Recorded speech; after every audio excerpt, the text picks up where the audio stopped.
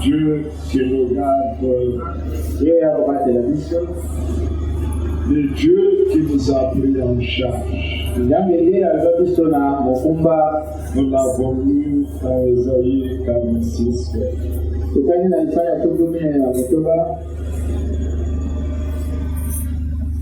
Verset 3. Écoutez-moi, maison de Jacob, et vous tous, restes de la maison d'Israël, vous que j'ai pris à ma charge dès votre origine.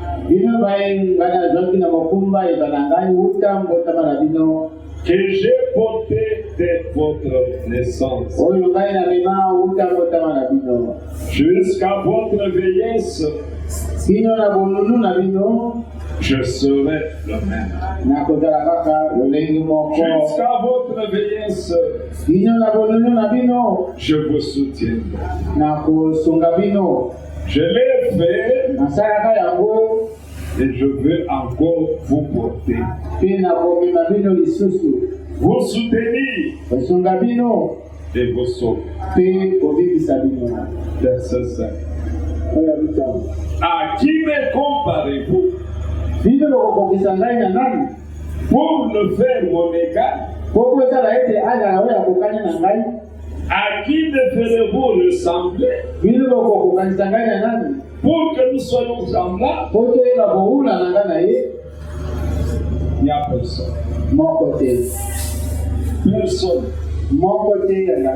Et il n'y a aucune autre parole à comparer à cette parole. Dans ce livre tout entier que nous tenons entre nos mains, tout le plan de Dieu y est inscrit. Tout ce que nous devrions faire sur cette terre est déjà mis ici par écrit. Tous les événements qui arriveront sur cette terre déjà écrits ici. C'est pourquoi un écrivain écrit: la parole de Dieu est éprouvée. Et lorsque l'on l'a éprouvée, on a trouvé qu'elle est vraie. Elle est la vérité. Elle est digne d'être crue. Lorsque vous croyez à la parole, c'est-à-dire que vous avez cru en Dieu.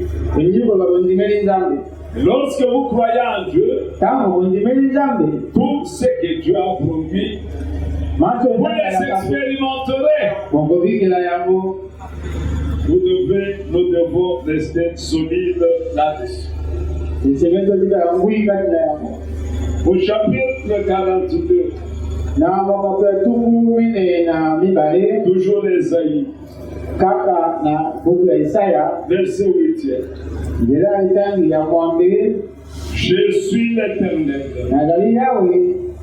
C'est là mon nom. Et je ne donnerai pas ma gloire à un autre, ni mon honneur aux idoles. Voici, les premières choses se sont accomplies. Et je vous annonce des nouvelles. Avant qu'elles arrivent, je vous les prédis. Amen. Avant qu'elles arrivent, je vous les prédis. Au chapitre 44, verset 6e. Ainsi parle l'Éternel, roi d'Israël et son rédempteur,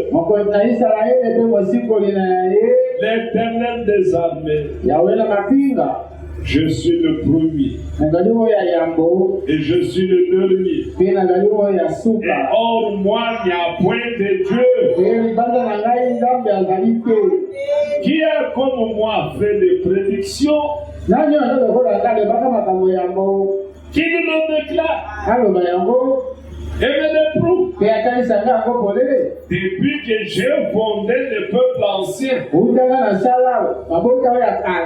qu'il annonce l'avenir et ce qui doit arriver.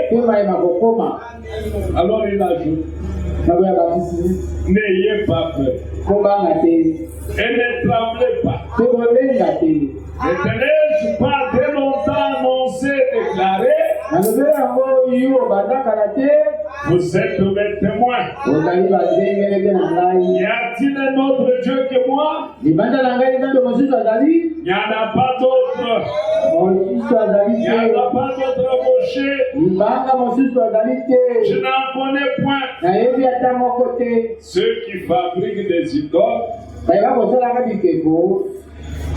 ne sont tous que vanité. Et leurs plus belles œuvres ne servent à rien. Et ne témoignent elles-mêmes.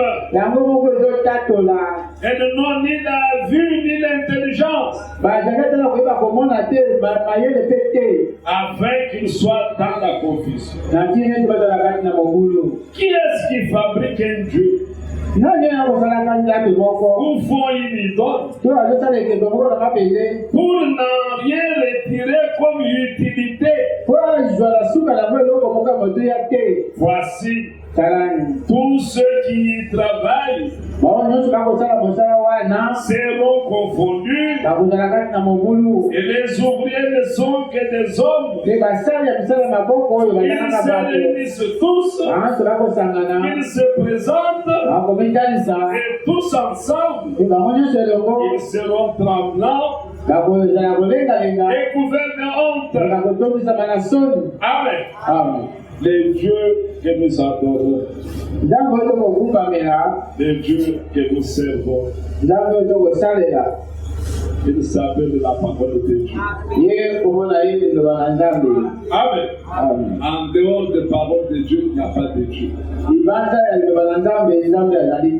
Amen. En dehors de ce livre, vous n'avez à croire à rien d'autre. Nous ne pouvons pas prendre autre chose en dehors de ces écrits. Dans Jean 12, au verset 42. Jean 12, verset 42. Cependant, même parmi les chefs, plusieurs crurent en lui. Mais à cause des pharisiens, ils n'en faisaient pas l'aveu, dans la crainte d'être exclus de la synagogue. Car ils aimèrent la gloire des hommes plus que la gloire de Dieu. Or, Jésus s'était écrié: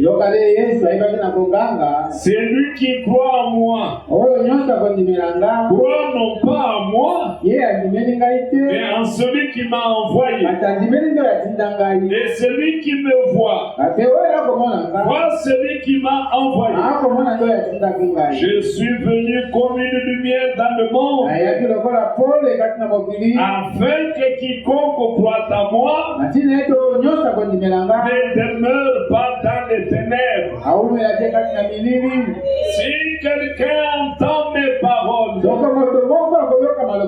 et ne les garde point, ce n'est pas moi qui les juge, car je suis venu non pour juger le monde, mais pour sauver le monde.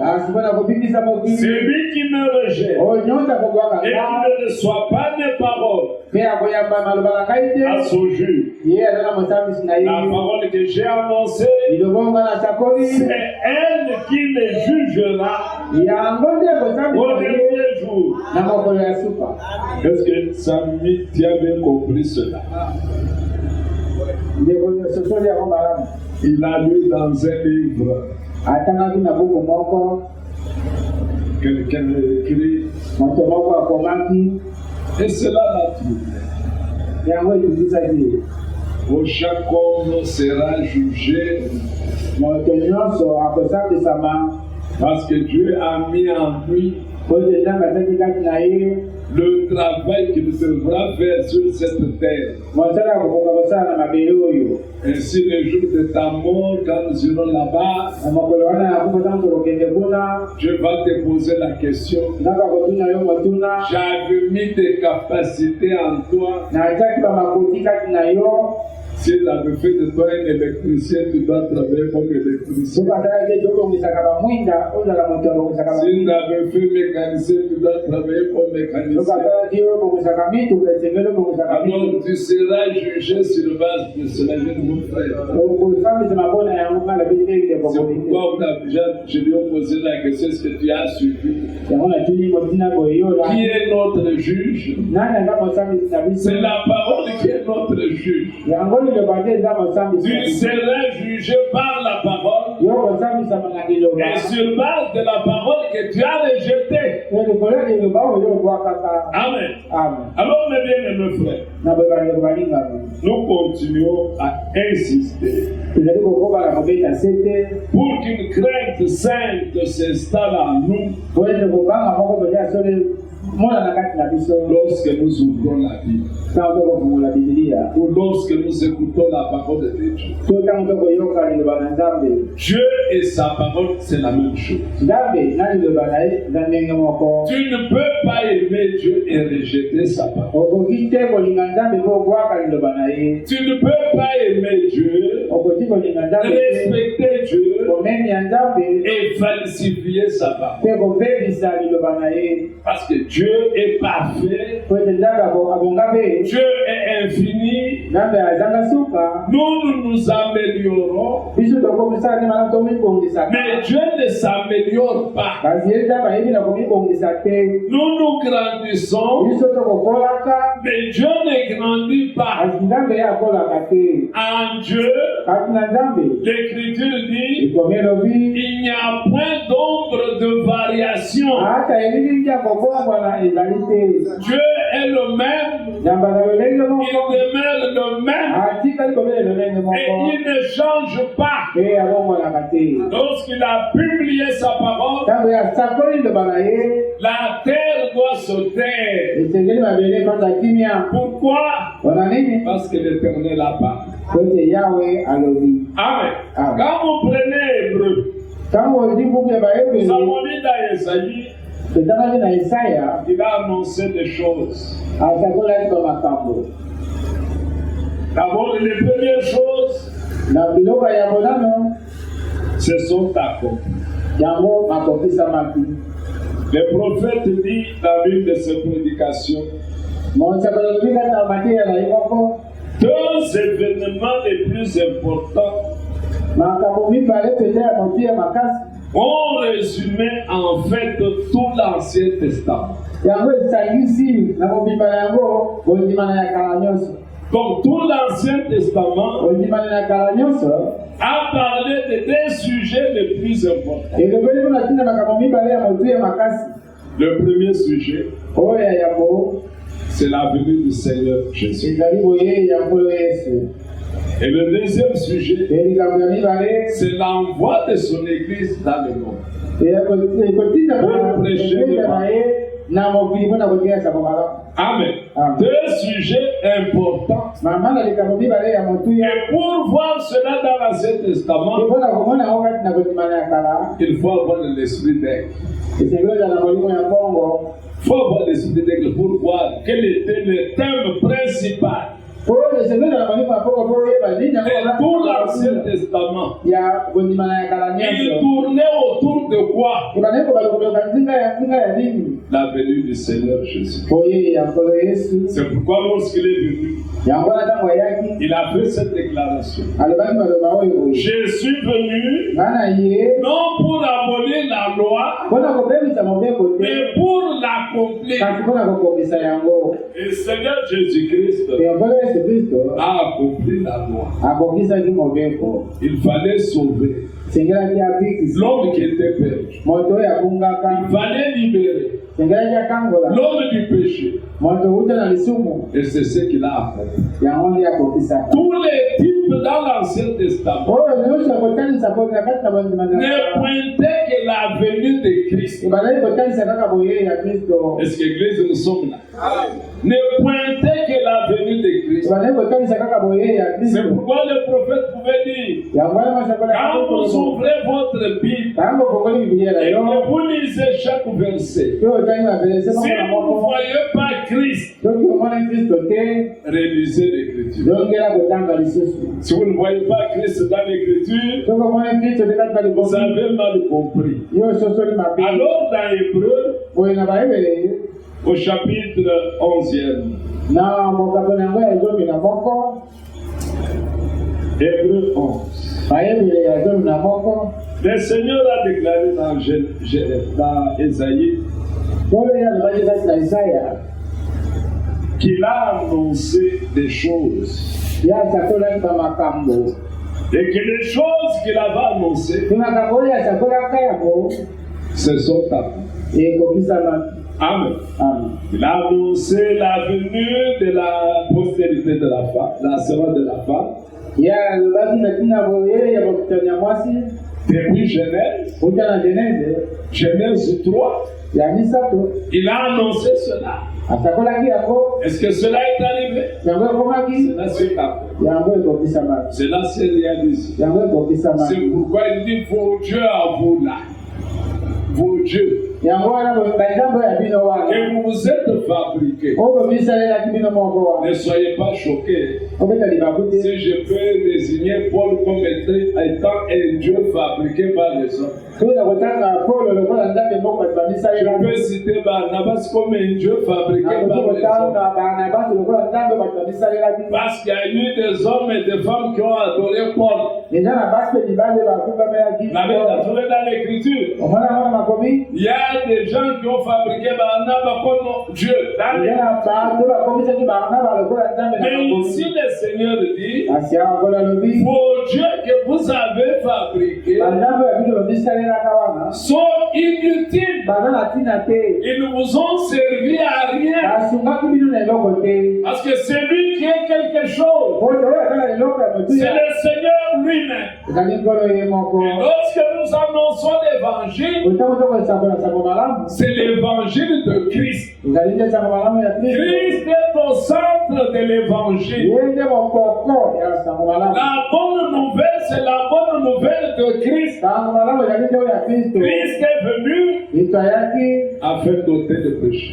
Christ est venu afin de nous sauver. Christ est venu afin de nous donner la vie. Alors dis-moi mon frère, ma soeur, tu vas parler de qui? De celui qui nous a sauvés ou des hommes qu'il envoie? Alors lorsque vous vous mettez à parler des hommes, vous oubliez l'homme pour qui il faut parler. Paul lui-même dit, moi et Sylvain et tous ceux qui travaillent avec moi, notre évangile, c'est Christ. Amen. Paul ne parlait pas de quelqu'un d'autre. Pierre ne parlait pas de quelqu'un d'autre. Les prédicateurs d'aujourd'hui ne doivent pas parler de quelqu'un d'autre. Ils doivent parler de Christ. Si nous voulons voir Christ agir au milieu de nous, le prophète dit, si vous voulez voir Christ au milieu de vous, parlez de lui. J'ai regardé les deux disciples sur le chemin de Maouss. Leur conversation était autour de quoi?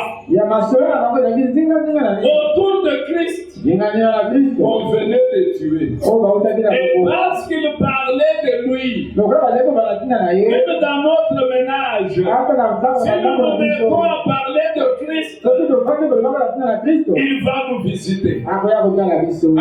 Il viendra, il nous visitera. Pendant qu'il marchait, il parlait de Christ. Et subitement, une personne a commencé à faire chemin avec lui. Mais ils étaient empêchés de le reconnaître. Oh, si vous parlez de Paul, vous ne verrez jamais Paul. Si vous parlez de Pierre, vous ne verrez jamais Pierre. Même si nous venons récemment, des fois c'est curieux, mais on les voit.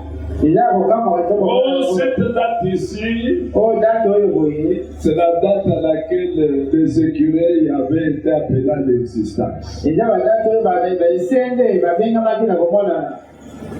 Dites-moi. C'est pour que les autres écureuils apparaissent. Pour qu'on puisse les mémorer ce jour-là. En quoi il nous est avantageux. Amen. Hébreux, chapitre 11. Verset 10. Il y a des choses qui ont été annoncées. Comme nous l'avions dit la fois passée. La venue d'Élie, le prophète, était annoncée. Amen. Et cela s'est accompli. Nos yeux à nous ici, nous vivons dans la période où cette parole, cette écriture a été accomplie. Mais est-ce que les choses que Dieu a annoncées se sont épuisées? Les choses que Dieu a annoncées de voir arriver ne sont pas épuisées. Nous l'avons vu la fois passée. Il a annoncé que nos corps seront transmués. Amen. Parce qu'il a dit ici, je viens annoncer encore d'autres choses. Les premières se sont accomplies. Et j'annoncerai d'autres qui s'accompliront. Mais bien aimés frères, tout ce qui doit arriver est déjà mentionné ici. Dans ce livre. Tout ce qui doit arriver, même les guerres que nous voyons aujourd'hui, déjà annoncées. Alors il n'y a rien qui puisse arrêter les guerres. Vous entendrez les bruits de guerre. Et aujourd'hui, nous entendons les bruits de guerre. C'était déjà annoncé. Et cela doit arriver. Et l'Écriture dit, ce n'est pas encore la fin. Malgré toutes ces guerres, ils peuvent dire, maintenant c'est la 3e guerre mondiale. Il leur a dit que c'est la 3e guerre mondiale. Amen. Tant que nous sommes encore sur terre, mes frères, mes soeurs, pas de 3e guerre mondiale. La guerre mondiale viendra après notre départ. C'est pourquoi nous devons être rassurés. Aimer la parole. Parce que la parole est une lumière. Le Seigneur a dit, je suis venu comme lumière dans le monde. Mais Jésus qui est-il? Jésus-Christ est la parole de Dieu. Et aujourd'hui, ce que Pierre avait écrit, la parole prophétique est une lampe à nos pieds. Elle n'a pas droit d'être interprétée d'une manière particulière. Non, il faut la laisser s'accomplir. C'est Dieu seul qui l'accomplit. Et je pose la question à vos dieux. Qu'ils prédisent quelque chose. Et que la chose arrive. Alors vous voulez me comparer moi à qui? Des fois vous êtes dans des débats, on compare Jésus avec Mohamed. Jésus est créateur. Si nous pouvons l'accepter, Mohamed est prophète. Il soit vrai ou faux, il est prophète. Comment on peut comparer un prophète avec quelqu'un? Il n'y a pas de comparaison à faire. On ne peut pas le comparer à Bouddha. Amen. Les autres sont des idoles. Tous les autres sont des idoles. Il n'y a pas de Dieu comme moi. Vous voulez me comparer à qui? Lorsque tu l'adores, lorsque tu l'invoques, il y a quoi à l'esprit? Ou bien tu t'imagines à quoi? Tu es devant quelqu'un qui peut donner solution même immédiatement. Ou bien tu es dans les rêves. Il faut laisser le Créateur à sa place. Le tout suffisant à sa place. Capable de résoudre ton problème à l'instant même. Capable de finir ta maladie à l'instant même. Capable de ressusciter ton mort. Parce qu'il a aussi promis que les morts vont ressusciter. Amen. Les morts ressusciteront. Il l'a annoncé d'avance. C'est pourquoi, avant notre départ, d'abord, il faut que les morts ressuscitent. Et quand les morts ressusciteront, nous allons les reconnaître. Et lorsque nous les reconnaissons, en un clin d'œil, nous qui sommes restés vivants, nous sommes transmués. Nous prenons le même corps avec eux. Ensemble, nous montons. Dieu a annoncé cela. Pourquoi nous prenons les événements anciens? Pour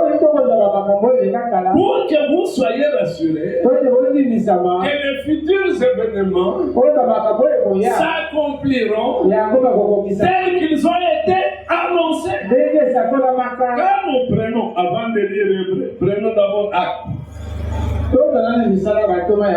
Actes chapitre 1er. Ça c'est merveilleux la parole. Chapitre 1er. Livre des Actes.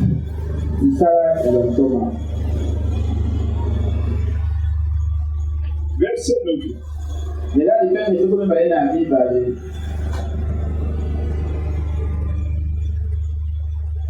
Après avoir vu cela, verset 9.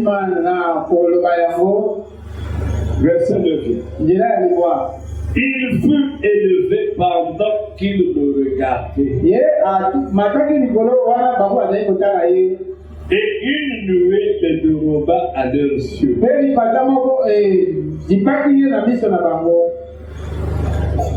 Et comme ils avaient les regards fixés vers le ciel pendant qu'ils s'en allaient, voici deux hommes vêtus de blanc leur apparurent. Est-ce que nous suivons tous? Oui. Et dit, oh Galiléen, pourquoi vous arrêtez-vous à regarder au ciel? Ce Jésus qui a été enlevé au ciel du milieu de vous viendra de la même manière que vous l'avez vu alors au ciel.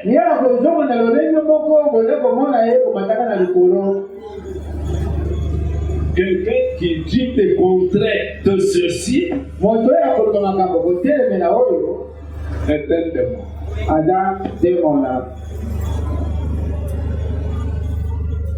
Est-ce que vous savez? Jésus qui doit venir. Et quand il vient, ce n'est pas pour prêcher. Ce n'est pas pour faire le miracles. Il vient pour prendre son épouse. Et quand il vient, il ne descendra pas sur cette terre. Il restera suspendu dans le ciel. Lorsqu'il est monté, une nuée l'a dérobé. Mais lorsqu'il reviendra, une nuée ne le dérobera pas. L'Écriture dit, pour ce qui concerne Israël, tout éprouvera. Même ceux qui l'ont percé. Mais lorsqu'il revient comme on annonce ici, il reste suspendu dans les airs.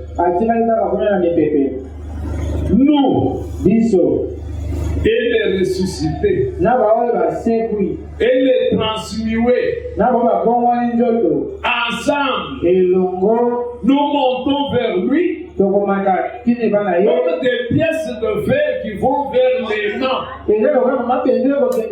mains. Amen. Les pièces de verre vont vers les mains parce qu'ils ont la même nature. Pour monter ce jour-là, tu dois avoir la même nature que celui qui descend. Et pour avoir cette nature, tu dois écouter la parole aujourd'hui. Mais si tu as l'habitude de rester à la maison, je ne sais pas comment tu prépares ton départ. Même quelqu'un qui partirait même seulement ici en Europe,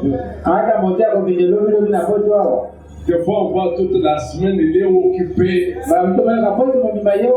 Il n'a pas le temps. La tête est troublée. Tout son esprit où? Voyage. Alors, toi, tu es pour le voyage, bien tu vas rester. Est-ce qu'il y a un homme qui voyage? On doit lui rappeler toujours.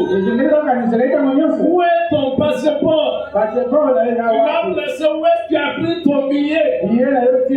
Où est ta valise? Je ne pense pas. Amen. C'est lui qui sait que Christ en revenant, c'est pour le prendre. Son comportement est conséquent. Ses déplacements sont conséquents. C'est plus que pour le voyage, je suis pour aller à l'Europe. Vous cachez tout l'entourage. Un secret, non. On peut m'ensorceler. Je fasse un accident. Que les jours du voyage, je manque. Même les jours même où tu pars, il y en a qui cachent même à leur mère. Vous allez me dire, quand je vais vous appeler, quand vous serez déjà de l'autre côté. Un voyage terrestre. Vous décollez ici. Là où tu vas où? Tu vas faire quoi? Atterrir. Tu reviens toujours sur la terre. Est-ce que vous vous souvenez bien? Amen. Le Seigneur annonce par la voix des anges qu'il reviendra de la même manière qu'il est parti. Maintenant, toi, tu reçois un prédicateur qui te dit que le Seigneur est déjà venu. Et si le Seigneur est déjà venu, conséquence, il a déjà pris son église. C'est que toi et celui qui t'enseigne cela, vous êtes tous deux restés. Mes frères, que la parole nous éclaire. La parole est la lumière. On croit aux fausses doctrines quand on ne considère pas la parole. Jésus annonce que vos cœurs ne se troublent pas. Croyez en Dieu et croyez en moi. Je m'en vais vous préparer une place. Quand je l'aurai fait, je reviendrai. Ça s'accorde avec acte. Et je vous prendrai. Afin que là où je suis, pas là où je serai, là où je suis, vous y soyez aussi. Amen. Avec une promesse comme celle-là, comment peut-il arriver à croire que Branham est Jésus? Il faut être stupide. Il faut être stupide. Tu te reposes sur quel écrit? La chose est expliquée clairement. Alors, allons maintenant dans Hébreux 11.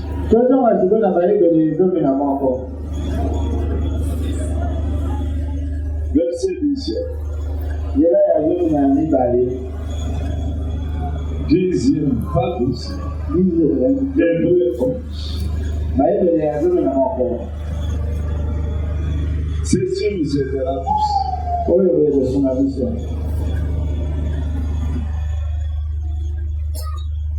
Vraiment avec le Seigneur. C'est par la foi qu'il vint s'établir dans la terre promise comme dans une terre étrangère.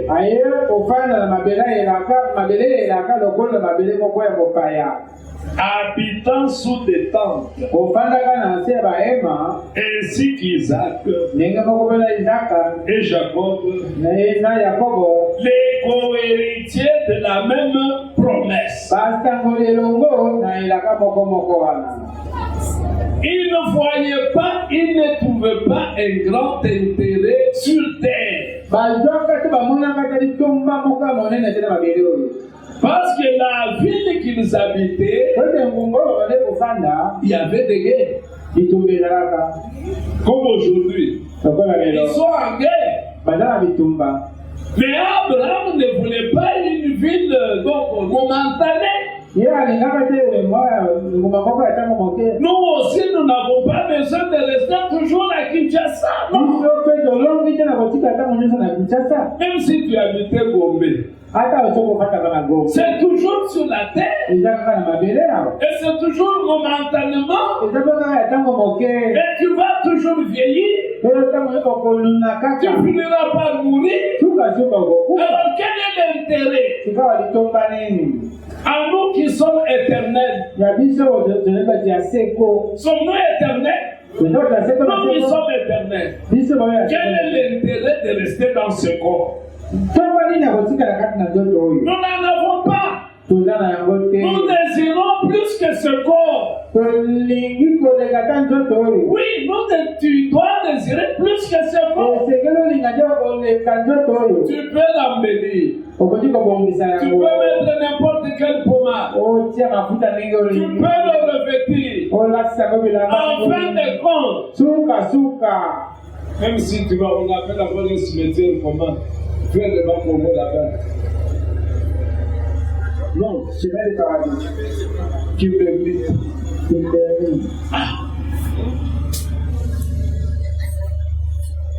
Quand tu meurs,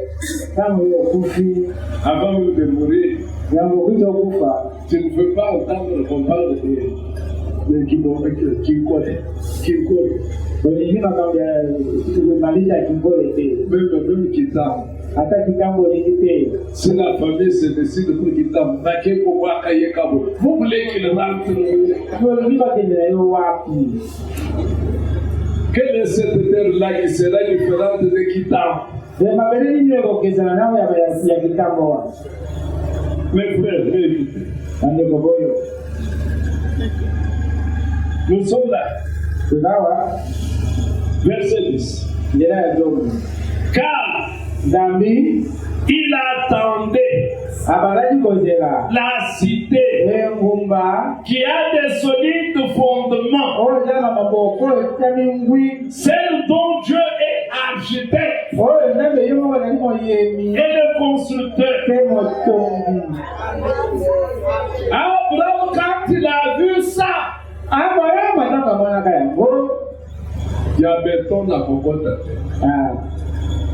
Je ne veux pas perdre mon argent dans des trucs cuits. Non. Je veux vivre dans le temps. Quand je me place, je te fais la tente. Je parle avec. Je vais l'installer à un autre endroit. Et tu me dises la tente a vieilli. Abraham, il attendait une cité qui a des fondements éternels. Amen. Amen. Vous avez déjà imaginé cela? Lisez la Bible. La cité a une forme carrée. Sa longueur, sa largeur, même longueur, même largeur. Même hauteur. C'est-à-dire de Kinshasa à Lubumbashi, c'est ça, du côté de la cité. Et puis ça, nous sommes ici. La hauteur de la cité, même chose. Donc, au sommet, c'est là où le Seigneur se tiendra. Une cité pavée d'or. C'est pourquoi il pose la question. Si vous êtes des dieux, prédisez aussi l'avenir. Annoncez les choses qui vont venir. Vous êtes des dieux, mais vous êtes inutiles. Et ceux qui vous adorent, et même vous ont fait. Et observez tout ce qu'on adore comme Dieu. Et même ne se sont jamais déclarés Dieu. Ce sont les autres qui les ont déclarés Dieu. Et ils les ont déclarés Dieu. Et ils ne sont pas utiles pour eux. Amen. Alors, Dieu annonce des choses. Et il nous rappelle. Les premières choses se sont réalisées. Amen. De notre vivant ici, la venue de lui était annoncée. Amen. L'église de la fin, qui devait venir en double portion, a été annoncé. C'est pour que lorsque vous voyez cela, vous considériez que tout ce qui est déjà annoncé ici arriveront. Rien n'échappera, rien n'échouera. Le royaume terrestre va s'arrêter. Ils vont s'arrêter un jour. Leur gloire est éphémère. L'Amérique va s'arrêter. L'Union européenne s'arrêtera. Amen. C'est le dernier empire L'empire européen, c'est le dernier des 4 grands empires. Qui mettra fin à cet empire? Christ lui-même. Il mettra fin. Tu peux quitter ici. Tu vends toutes tes maisons pour aller vivre en Amérique. Comme si l'Amérique était éternelle. Non, l'Amérique n'est pas éternelle. L'Europe n'est pas éternelle. Est-ce que nous sommes ici? Kinshasa non plus n'est pas éternel. Celui qui est éternel, c'est notre Seigneur. Celui qui est éternel, c'est la parole de Dieu. Amen. Alors que la parole prenne place dans nos cœurs. Tout ce que Dieu a déclaré, nous en tant que croyants, croyons que cela va s'accomplir. Amen. Alors, ici, au verset 11,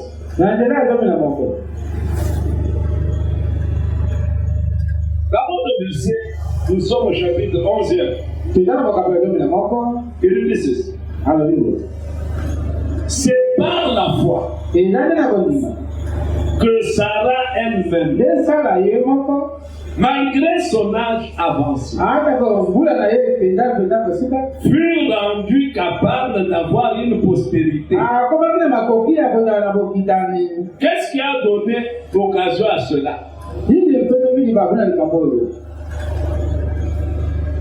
Parce qu'elle crut à la fidélité de celui qui avait fait la promesse. Quand tu as besoin de la guérison, tu vis. Il faut commencer par croire que celui qui a fait la promesse est fidèle. On ne vient pas pour la guérison en tâtonnant. On ne vient pas pour la guérison en raisonnant. On ne vient pas pour la guérison en se posant des questions. Si les questions ont déjà commencé dans ta tête, femme, calmement. Ne souffre pas, va. Que le médecin s'occupe de toi. Parce que nous sommes ici. Amen. Ne venez pas dire oh, la parole de Dieu ne s'accomplit pas, moi. La parole s'accomplit dans lequel tu crois. Mais pourquoi chez toi ne s'accomplit pas? Tu dois comprendre que tu ne crois pas. Et si tu ne crois pas, tu as encore besoin de la grâce de Dieu. Écoute la parole. Jusqu'à ce que la foi naisse en toi. La parole de Dieu ne peut pas échouer. Tu ne peux pas juger Dieu. Que l'assemblée nous a salité. Qui t'a dit que nous avons salité? Amen. Qui t'a dit que Dieu n'agit jamais? Dieu agit. Il a déclaré ici, c'est votre origine. Je vous ai pris à jamais. Amen. Il y en a qui sont nés avec toi le même jour. Qui sont partis le même jour. Mais toi qui t'as préservé la vie, pour que tu vives jusqu'à ce jour. Aujourd'hui, tu as 50 ans. Tu as 60 ans. Tu as 40 ans. Aucun sorcier ne t'avait pris. Mais seulement aujourd'hui qu'un sorcier va sortir et dire que je vais mettre un terme à ta vie. Il y a quelqu'un qui nous prend en charge. Et notre origine. Et il fait la promesse. Jusqu'à votre vieillesse, je vous soutiendrai. Je vous sauverai. Mais il faut t'emparer de cela.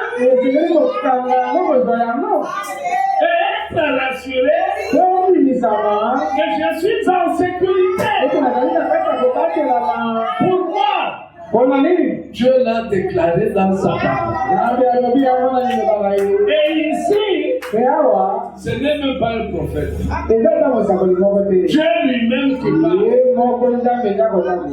de votre origine. Je vous ai toujours donné mon témoignage. On a cherché les produits que cette grossesse ici parle.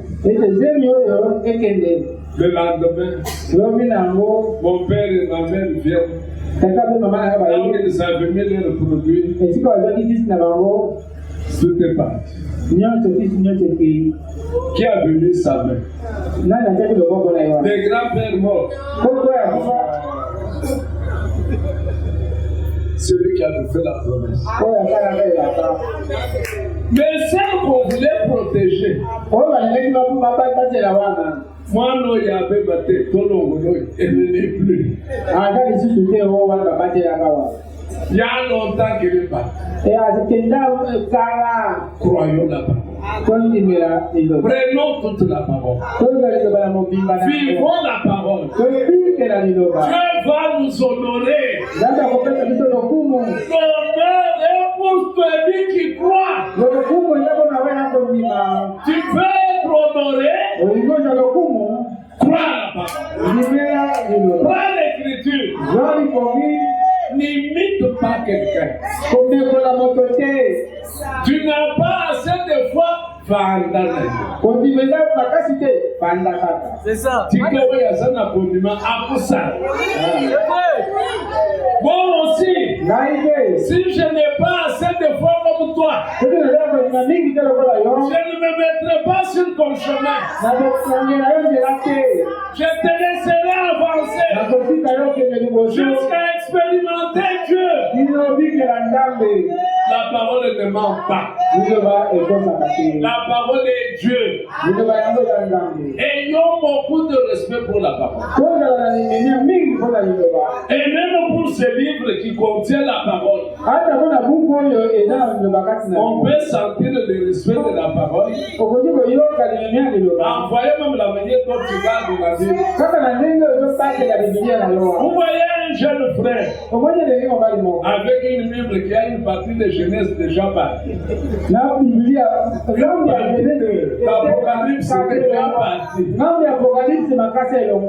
Vous allez me dire qu'il a le respect de la parole. Mais il a de belles chaussures. Oui, les belles chaussures. Mais quand tu regardes sa Bible, c'est comme si tu l'avais sorti de la bouche d'une chèvre. On a mâché. D'ailleurs, vous savez pourquoi mon frère ne se dépasse pas avec la Bible? Vous savez pourquoi?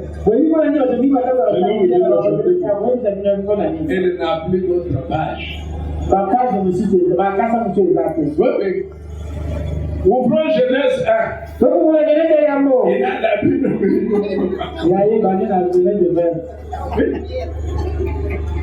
C'est là, c'est quoi? Il prouve qu'il n'a pas de respect pour Dieu. Celui qui a de respect pour Dieu gardera aussi respectueusement les livres qui contiennent ces saintes lettres. S'il est déjà trop vieux, il peut le changer, acheter un autre. Comme nous changeons de costume chaque année, tu peux aussi changer ta Bible pour garder le texte intact. Amen. Alors, en ce qui concerne la parole, considérons la parole comme étant Dieu lui-même. Quand on lit la parole, soyons dans le respect. C'est pourquoi vous voyez, avant les cultes, avant de lire la parole, mais c'est malheureux. Parce qu'on doit nous rappeler, mettons-nous debout. C'est jamais malheureux. Si on dit ici même quand le président va au palais du peuple, quand on annonce l'hymne national, qui reste assis? Tout le monde s'est tenu. Par le respect pour la nation. Mais ici, quand nous prenons l'écriture, écoutez ce qu'il y a derrière cette écriture-là. C'est-à-dire, Dieu nous parle. Et parce que Dieu nous parle, nous nous tenons dans le respect. Et pour l'honorer, nous écoutons attentivement la lecture. Quand la lecture termine, nous disons qu'il en soit ainsi. Ce qui vient d'être lu là, que cela s'accomplisse, que cela se réalise. Amen. Alors, mes bien-aimés frères, la parole de Dieu, comme Dieu lui-même, ne change pas. Et parce qu'elle ne change pas, lorsque tu la crois, tu t'y accroches. Ce qu'elle a dit, tu vas l'expérimenter. Amen. Tu vas l'expérimenter. Parce que la parole de Dieu est vivante. La parole de Dieu est efficace. En d'autres termes, elle ne faillit pas.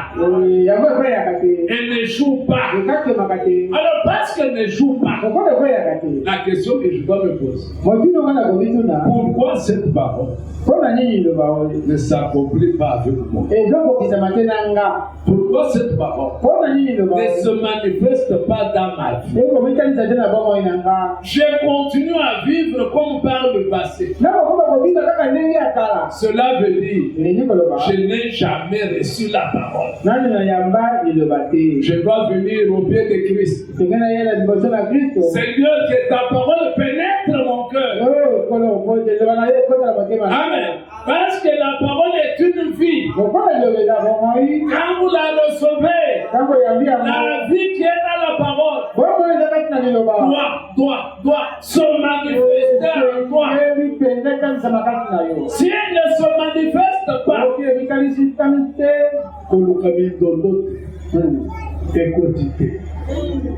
amen. Et supplicité. Zongelazan. Soulanga. Liloba na yo esala musala ati. Amen. Na ndimi yango ndeno lobi yango na ndimi yango esala musala ati na. Amen. Liloba ko ba. Amen. Soko moni so tambre andenga kana. Oza munjimite. Parce que munjimi anjubagane lilo. Soko ndimi lilo lo be esala musala. Soko musala ezate se munjimite. La parole est puissante. La parole est efficace. La parole pénètre même se paraît moins les hausses. Mais comment il ne peut pas chasser la mauvaise vie à moi? Je ne l'ai pas reçu. Mais si je le reçois, elle doit produire des effets. Elle doit se manifester. Alors quand nous venons ici pour écouter la parole, depuis la maison, dis au Seigneur que ta parole me pénètre, que ta parole me transfère, que ta parole me taille.